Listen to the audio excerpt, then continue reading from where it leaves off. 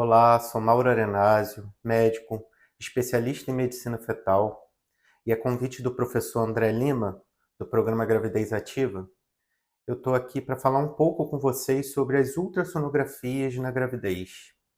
A gente vai começar uma ultrassonografia que costuma gerar muita ansiedade nas pacientes, que é a ultrassonografia morfológica de primeiro trimestre. É aquela que é feita entre 11 e 13 semanas de gravidez, logo no comecinho. E eu costumo dizer que é um exame que é um grande rastreador.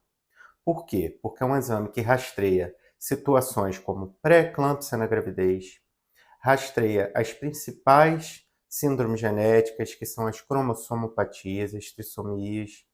É um exame que eu já consigo olhar grande parte da formação do neném, então muitas coisas já podem ser vistas nesse comecinho.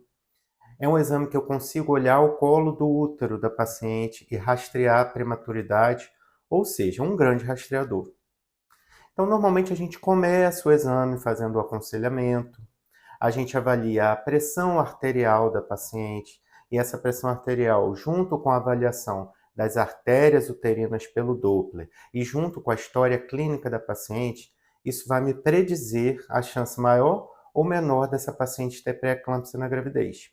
No final do exame, a gente vai gerar um cálculo de risco para pré-eclâmpsia e a partir desse cálculo de risco, a gente vai perceber se tem uma chance maior ou menor e tendo uma chance maior, a gente costuma sugerir o começo do uso da aspirina, que é uma medicação que tem bastante eficácia e se começado bem cedo na gravidez, até 16 semanas, reduz significativamente a chance dessa paciente ter pré-eclâmpsia.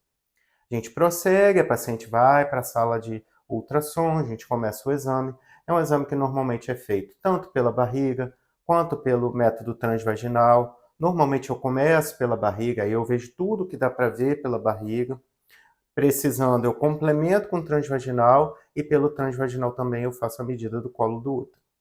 Na ultrassonografia, eu vejo os marcadores. Quais são esses marcadores? Normalmente, o marcador mais conhecido é a translucência nucal. Então, muitas pacientes conhecem esse exame por esse nome, translucência nucal. Mas esse exame não é só isso.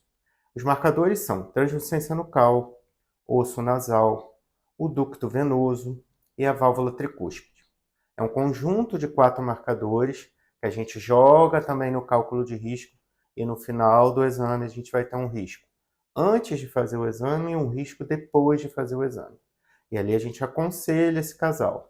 Dependendo dos riscos que a gente encontrar, tem uma sugestão de prosseguir a investigação ou não. É uma sugestão formal ou não. Claro, se a paciente, se o casal quiser fazer a investigação independente de qualquer cálculo de risco, essa investigação pode ser feita. Mas formalmente, o prosseguimento da investigação genética normalmente se dá quando o risco dessas cromossomopatias aumenta com esse exame. E como é que se dá esse prosseguimento na investigação? Através dos exames invasivos para pesquisa do material direto da placenta ou do líquido amniótico. Então, se chama biópsia de vilo coreal até 16 semanas e amniocentese após 16 semanas. Então, são exames que podem serem utilizados para uma pesquisa posterior. O morfo de primeiro, ele vai predizer e indicar, dar essa indicação formal ou não de se fazer esses exames invasivos. Prosseguindo o exame, eu faço a avaliação da morfologia no primeiro trimestre. No primeiro trimestre já tem muita coisa que dá para ver. Então, eu já vejo a divisão dos hemisférios cerebrais, eu já vejo que essa calota craniana está fechada, eu já vejo a coluna do neném, eu já vejo se o estômago está cheio, eu já vejo a bexiga, se é uma bexiga dentro dos limites esperados, normalmente até 7 milímetros. Já dá para ver bem os membros, os ossinhos, tanto dos braços quanto das pernas. Então a gente já consegue ver se esses ossinhos estão dentro do esperado, se o tônus de movimentação desses membros, se está tudo dentro do esperado. Ou seja, é um exame muito completo.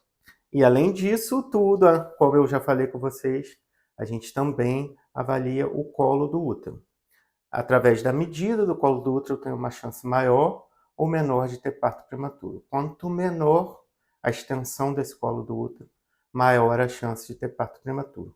Principalmente se essa paciente tiver tido um histórico anterior de parto prematuro ou de alguma cirurgia no colo, isso aumenta ainda mais a chance de parto prematuro.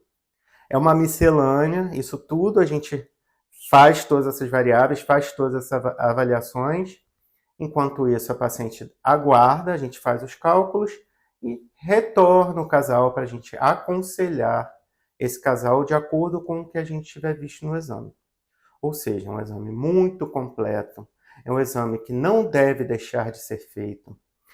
Eu sei que gera uma grande ansiedade, realmente dá uma ansiedade, mas eu acho que se a gente explicar direitinho, explicar tudo que está vendo, explicar os resultados que foram encontrados, normalmente o casal já sai com bastante tranquilidade depois da realização desse exame.